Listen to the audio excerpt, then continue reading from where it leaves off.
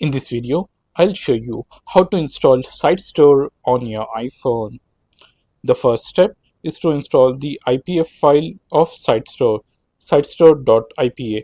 The link to this IPF file is given in the description of the video. Once you download this IPF file, you need to download another app named FlexStore. I made a dedicated video on how to install FlexStore. With the help of FlexStore, you can install any IPA on your iPhone without any revoke issue. If you click on Signer at the bottom, there is an option of select IPA file. Just tap on this, choose file, select the IPA file that you have downloaded, click on Sign App, click on Install,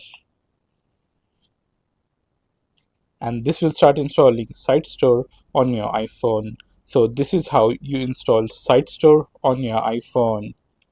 So that's it about the video, guys. For more videos like this, subscribe to iOS Droids.